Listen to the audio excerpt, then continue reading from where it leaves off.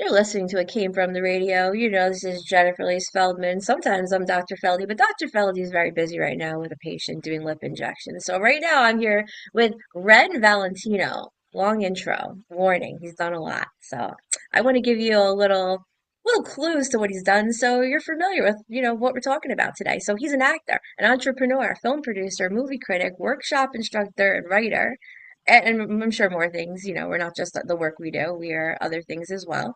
As a best-selling author of 21 novels, Wren writes in multiple genres, primarily romance, thriller, young adult, horror, and to date he's written more than 70 stage plays that have been performed in 12 countries in 3 languages. I barely speak English, and I forgot how to speak Spanish, so that's really impressive. 8 of his original screenplays and 7 of his stage plays have been adapted for the screen. Wren is the CEO and owner of Blue Dasher Productions. And as a film producer, Wren has helped bring more than 80 independent movies to the screen, including A Beast in the Manor, Dark Feast, Ever After, The Farmhouse Murders, Hollow Lake, I Feel Fine, Shredded, A Soldier's Descent, and more. As an actor, Wren has worked on 40 films. His credits include Amityverse, Desert Fiends 2, Four Nights in Fear Forest, Friday the 13th, Blood Loss, Gobblefoot. I gotta see that one. I'm in a movie, Amityville Turkey Day. I don't know if that's related. The Last Sleepover, Night of the Strangers, Paula Takes the Stage, Shadows of the Night, Snow Falling on Pumpkins 2, Truths and a Lie, Venus Die Trap, and many more. Currently, almost done. Well, actually, I cut it off, so there's like 2 more pages, but we're gonna have to stop. Currently, Ren plays fashionista Velvet Vane on the popular web series Horror Hound Bites, Forever Entertainment. And next up, he'll be playing newscaster Braden Eisner in the slasher film Midnight Maniac with horror icon co-star Felissa Rose, known for Sleepaway Camp, best known for that, and many other things. And he's the best-selling author of 21 novels. I cut it off, there's way more. So welcome, Ren Valentino. Thank My you. first question, you're welcome. First question, get right into it. Why did you do all this work? What's this massive stack of accomplishments all about? No, that's an excellent question. Excellent question. I'm sure it's a form of insanity, but I'll answer it a little bit more in a literary way. But it's really about storytelling. It's really just about Mhm. like recognizing at a really young age that I loved stories and reading and just the concept of a beginning and a middle and an end of a story, maybe not necessarily in that order. And just finding that within of like that was my thing was just to be able to Mhm. tell stories in different ways, with my face and body and voice as an actor, with, a script as a writer, with novels as a fiction writer. So just sort of really embracing the life at a really young age. I had amazing teachers and really wonderful librarians that put really important books in my hand that transformed me and led me onto that path, if you will. I was really lucky. I published my first short story when I was 15. I was in high school and just kind of went from there. And then all the other things kind of, I think sometimes when we're open to the universe of it sending things our way, that the universe knows that we need before we even do sometimes. It just kind of opened up those floodgates for me and allowing stuff to come my way, in terms of people, in terms of collaborations and other artists and so forth, and just allowing that to happen and thrive and flourish. And I think the driving force, because you would ask the question about like why, Yeah. somebody asked me a question when I was in grad school as a studying my MFA in writing, and somebody said, "Do you write for yourself or do you write for your younger self?" And it was such a like it seems like such a simple question, but it had never been asked before. And I thought Yeah, started that's to think I interesting. really look to write the stories that I needed and wanted when I was a younger person trying to navigate the world. And so that kind of started to fuel a little bit more of like a specific purpose of why. So. Yeah, speaking of the universe giving you what you need or want, which I entertain that idea. Another idea, I was just talking about this yesterday. I've noticed, I'm 41, there's a lot of people that saw things in me and told me I was certain things or certain characters like 5 years, 20 years before I actually did it. Hmm. Say, oh, you're this, you're that. I'm not going to get into it, because it'll sound conceited, but it's like, yeah, that ended up happening. And a lot of the times people tell you who you are and they're totally wrong. And so you Hmm. shouldn't really give too much credence, never get too Hmm. high on your compliments and never get too low on your critiques. It's a dance every single day. But yes, sometimes Absolutely. people will see things in you that you have no idea you have this in you, and it's like, maybe you should think about that. Maybe you should go down that path that you never even Hmm. considered. Yeah. Or Yeah, maybe no, maybe that's God very speaks through people. I don't know. Maybe there's like entities or gods are speaking through other people to give you the info. That's Yeah, what yeah. I think sometimes we're just a satellite and we have to be open to those messages and then like sort of decipher them and like but you talked about timing is so important because sometimes it's yeah, you take it in, but it's not sometimes you do, sometimes you don't, that it's the right time. But my hmm problem is always like when is the right time? Like recognizing mm, that for myself. I'm like, oh, now's the time to start learning Italian or whatever it is that somebody had right, suggested. I love that what right. you said about other people seeing things in ourselves that we might not be seeing yet. I really like that hmm because that has certainly happened in my life and in my creative journey for sure. I mean, speaking of, you play fashionista Velvet Vein. Next question. Maybe there's people that saw you as a fashionista. Maybe you never saw Yeah. yourself like it. And then a director saw you as it and cast you it. So you play fashionista Velvet Vein on the popular web series, Yeah. Hound Bites. How Hmm. did you create your character? Is there any people that you used as reference? Or when you're speaking, are you ever thinking of another actor, someone you know, when you're delivering the lines?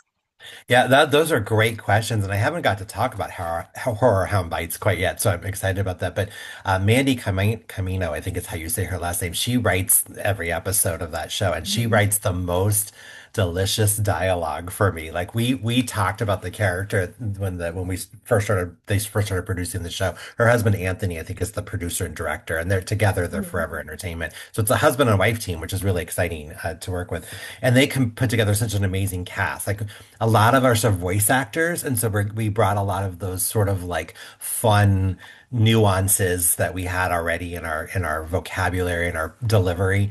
It just kind of heightened it up on camera in a really fun way. It's very funny. It's a very funny show. But to answer your question, I honestly I went back to Joan Rivers and Fashion Police and Oh, just how she was so biting and so like unfiltered in a really fun way and like sort of all-knowing, even though she herself wasn't like a super fashionista. So, and I'm hmm playing a fashionista in the afterlife. And so I oh, feel like it's such a fun spin in that supernatural way of like what was my career like before when I was living my character versus now and right. like perception, you know. But I have like every episode, I tell you, I get like the most fun things to say, and it's all because of Mandy, who writes such great uh, script dialogue for all of us. But I just really appreciate it so much, and so much fun. It's such a fun character because it's very larger than life. It's very over the top. It's very Had campy. a feeling. It's all those things and I have not done a lot of comedy in my life, which I love Oh, comedy, right? And so I oh, usually do like obsessed. classic Shakespeare, like British comedy, but not American comedy. And Wow. so having that sort of like, really fun kind of autonomy to just run with it. And Anthony and Mandy have been so great about just like letting me stay in my lane and doing my thing and just, giving them as much as I can. Well, your character is in the afterlife, and there's Mhm. conspiracy theories that, Joan Rivers ran her mouth so much, and then that's the reason why she died. There's some people that think that she was Mm. killed because she said certain things. Yeah, she I'm pissed not off a going to lot get of into people. it. This is not a political show, but Right, right. there's a character that people throw around the name Big Mike. I'm not Mm. saying whether I believe, but yeah, they're saying that Joan Rivers was calling out, some president's wife about some stuff, and maybe that's why she's not here. Do I know? Yeah. I have no idea. So, you know, Yeah, I was a big fan of hers. Yeah, I still am, but I never found like a connection in terms of like performance or creativity. And so, mhm. like when I was sort of searching for like the core of Velvet Vein, I was like, this is like a male version of Joan Rivers. And so I that's when I Yeah. went back to her and looked at her mostly her stand up because hmm she had a really specific delivery of how she hit the punchline and so I definitely was influenced greatly by that. But who wouldn't be? I mean, one of the greatest comics that ever lived. So, switching gears now, Yeah. this is one of my theories. I have a lot of theories and a lot of rules in my life. So, I've noticed this. It's not a hard and fast rule, but there's a lot of truth to it. I found like Mhm. managing life and managing a film set requires varied skill sets. You might have to know like how to turn off the water, how to uh, undo fire alarms, and also how to put up a Christmas tree and wrap gifts that are behind me. Those are fake gifts, but whatever. You have to have varied skill sets and abilities, and usually stability.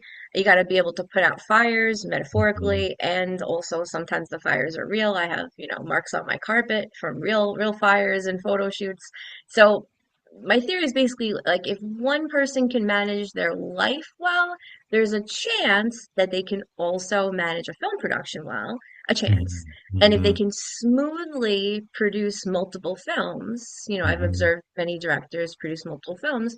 I've noticed that they also have that capability to possibly manage their real lives because you have to manage productive relationships on a film set and in real life to be successful. So, any thoughts on that? Yeah, I think there's definitely a correlation between the balance of life, work life, whatever we want to call that balance that we're navigating constantly, especially as creative people, where sometimes the world around us is not so conducive to a creative life or creativity kind of mindset. So I think managing all those things, I think it was sort of air traffic controlling, plate spinning, whatever metaphor you want to use in terms of Hmm. having multiple things happening at the same time. I think what I've gleaned the most from film production and being a film producer is anticipation, is Hmm. not to be idle, is that you've got to be thinking ahead that long term. Short term is obviously very important, getting through the day, right? You have your shot list, you have your storyboard, you have all your things, call times, all that stuff sort of Hmm. happening. But what I love the most about film work, which really lends itself to my background in theater as well, is the collaborativeness that has to happen. Hmm. Not one person can get a film made, right? And so I feel like recognizing how important each person is, whether it's a production assistant or whether it's an Yes. executive producer, that person needs to be there in order for that film to be completed. And whatever role they're playing is significant in a in its own way, and just recognizing that. But I really think about troubleshooting ahead of time. That anticipation I was talking about is all about like seeing potential problems and having that plan B, C, D, E, F, however many letters you want in place so that when you have to put those contingency plans into action, you've got them rolled up your sleeve, virtually, and to pull that out and put it into action very quickly. I think a good producer really understands the director's vision, but really, again, film starts with the script. And as somebody who writes scripts and as an actor, I feel like what I bring to that process and what I learn every time is about the processes of all the artistic people that are on the set. Because I've been a director, because I've been a writer, because I've been an actor, I can understand with the actor's creative process that they need a minute to warm up, flip into character, find the emotional core that they need. What, even if it's comedy, right? Comedy is not easy to do, right? And so there has to be an element of truth in it for it to land. And so I feel like just knowing that those boundaries and having that respect for everyone's process is so essential. It's something I continue to learn, and then it informs me in my processes and all those things Hmm. too by watching others and learning and just being an observer. Really, right? We're all really lifelong learners when you think about it in some capacity. Hopefully. I mean, some Yeah, people just don't learn, but I often it's reference true. Along Came Polly with Ben Stiller. He's a risk assessment analyst, and I often Mhm. call myself that. And I've even been someone rudely, because this is someone who was disorganized, goes, "Are you an attorney?" I mean, the guy's everything was falling apart on his comedy thing. He wasn't thinking ahead. I always think of beep boop bop. What could go wrong? What could Right, mess up? I'm not the director on one film set recently, but I checked the weather and I saw like 36 hours ahead of time or so that we're gonna have a major snowstorm, and we did. I mean, the AD couldn't even make it to set. So I texted the director. It's not my job. I'm the makeup artist on this one. And I said, right, hey, you might want to email everybody and tell everyone that there's snow so they leave like an hour earlier because otherwise I'm going to be the only one that does the snowstorm. I'm taking precautions. I'm going to be there on time. Everyone's going to be late. We're going to have snow day. So it's like you, as a director, you got to be watching the weather and telling everyone, how to get their car out. And if yeah. Yeah. Yeah, And how to that's change, like you got to change that shot list really quick. Because if you're filming interior scenes and your movie right. takes place in the middle of the summer, Yes. And you also gotta, maybe if if someone has a crappy car and they're not going to make it to set, okay, get a new yeah, makeup artist, yeah, get a new AD because they're yeah, not coming, and think ahead like that. You got to be a yeah, psychic. yeah. I Anyway, know it's true. It's true. Yeah. so all right, let's see. Sacrifices. Okay, let's switch totally. Do you think Hollywood is dead, or is Mm. Hollywood still the place to be in your eyes when it comes to film production and acting? I think there's a renaissance. I'm very optimistic. I think, yes, I do think that elements knew it and know it are dead and buried. Like, I'll just be truthfully honest. I think the way that films get made, the way that films get distributed, same for television, Mhm. has changed. I mean, just, people are not going to the movie theater as much as they used to. I mean, there's numbers that show that, studies and so forth. Yeah. I think that there last year we had an incredible year of film. Hamnet, I mean, Weapons, you name it. There were some extraordinary films. Maybe not so much in terms of originality necessarily, but certainly in the way of delivery and the way stories were being presented. We were talking about movies a lot more last year than we had in quite some time. And I Mhm. look at the independent filmmakers, right? I look at like Sofia Coppola with The Last Show, or Gia Coppola, I'm sorry, with The Last Showgirl with Pamela Anderson's a great example of that, of like those very small budgeted. When I say small budget, I'd like $1 million, which is a lot of money for an independent filmmaker. Right. But Right. in terms of Hollywood standards, small budget. And It's just, nothing. having that autonomy to tell those brave stories about, real people going through extraordinary situations and changing them forever. And I feel like the audience is starting to look more for depth and versions of themselves because the world is Mhm. changing so much and they're trying to make sense of it. So I think more and Yeah. more people are going to look to movies. And I think that there are some really exciting, clever filmmakers. Chloe Zhao, of course, is a great example of that have their finger on that pulse of those changes that are happening, and they're going to bring that renaissance into it. I think it's going to be on the backs of the independent filmmakers that really make a difference and a change in the next, 3 to 5 years. But yeah, Hmm. change is coming in a really great, beautiful way.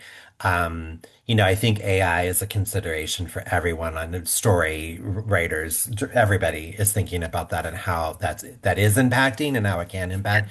I think that's something that definitely will have to get navigated or thought about during that renaissance for sure. But yeah, I think really, looking at some of the films that are heading our way very soon are just very, very exciting, and the filmmakers that are making them.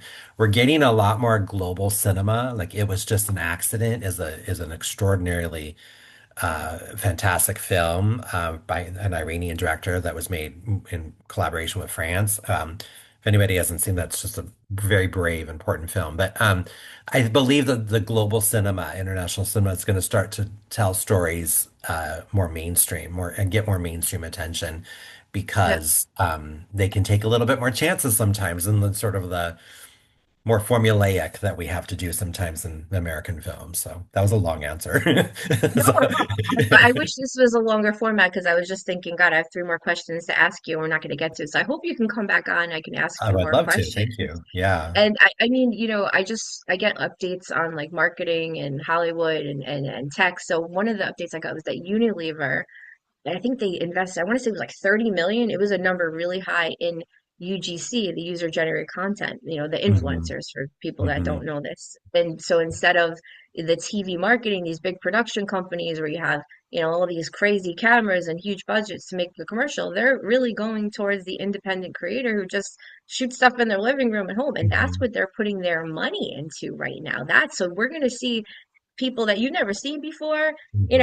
Maybe people like me, I don't know, I'm sick of commercial stuff. It's kind of soul sucking, but influencery types who like to do this stuff, I guess, make a couple Yeah. $100 because the rates are getting lower. They're all over the board, but they're kind of low because these people are becoming a dime a dozen cranking out advertisements. But anyway, I'm gonna have you one more question. This is have to be like a 1 minute answer, Okay, even I though I'd got love you. to have you here for like 3 days straight and give you a bunch of coffee and we don't even sleep and we're just going to interview you for 3 days straight.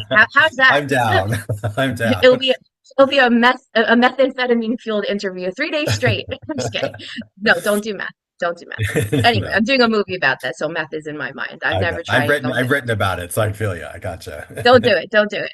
All right. So now, if you could tell your younger teenage self one thing, what advice would you give yourself? To absolutely that you know what's best for you better than anyone would be the number one Hmm, thing. okay. To turn off that inner critic that you do not suck, that you are really good at what you do. Believe in Okay. yourself. I think it would all be about like empowerment. Anything I would say to my younger self would be about you got this, do Yeah. this. And just remember to be very gracious to anyone and everyone who's helping you along the way. I Mhm. felt that I was, when I was moving into different levels, but I think we can never, in this day and age, continue to practice grace and gratitude in all forms every chance we get. Definitely. I had my friend who flew in last night. We brought him into my dad's dental office at like 9:13 p.m. Who's counting, for a surprise dental visit because I appreciate him as a friend. I want to make sure his teeth are taken care of. That's being thankful. That's really Yeah, honoring friends. you're a good Anyway, friend. You're a really good friend. too many people. Yeah, no, I've Yeah, gotten some good Yelp reviews on that. I like in other areas, so I can be confident in this. I don't yeah, ask me anything I about love finance or plumbing. it. So anyway, we're at the end of the interview. You want to give your socials and website where people can find you?